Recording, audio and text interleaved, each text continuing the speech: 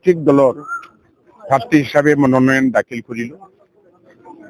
আর মই ভাবো 1 নং গোসাইগাঁও বিধানসভা সমষ্টিত BPF দল বা NDAৰ আমি যেটো প্ৰাৰ্থী হিসাবে 101% জিকাটো খাটাং, যেটো বাতাবৰণ আমি ৰাইজৰ সহাৰি পাইছো।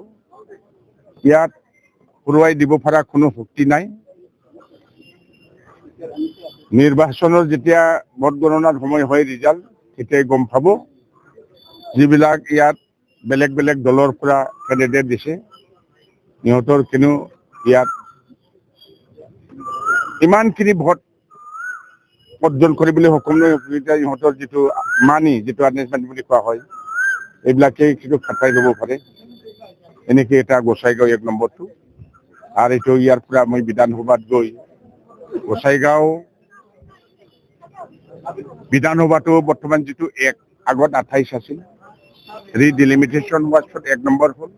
আর 1 নম্বর বিধানসভা সমষ্টিটো এইটো জিওগ্রাফিক্যালি অসমৰ বৈচিত্ৰ্যাৱলীত আন্তঃৰাষ্ট্ৰীয় আৰু আন্তঃৰাজ্যিক বিদেশৰ পৰা অসমত সোমোৱাৰ লগে লগে যাতে ইয়াৰ সৰ্বাঙ্গীন উন্নয়নটো দেখা পায়, তাৰ কাৰণে মই 1 নম্বৰ গোসাইগাঁও সমষ্টিটো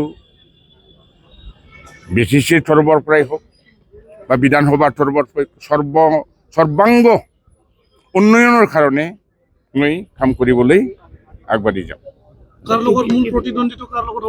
মোৰ ইয়াত প্ৰতিদ্বন্দ্বী বুলি মইতো এতিয়াও কোনো নাই, কোনো প্ৰতিদ্বন্দ্বী নাই বুলি মই ভাবো। 80% ভোট মোৰ পলিয়া হ'ব, বাকী তাত প্ৰতিদ্বন্দ্বী কোৱা নাযায় 20% কি থাকিব।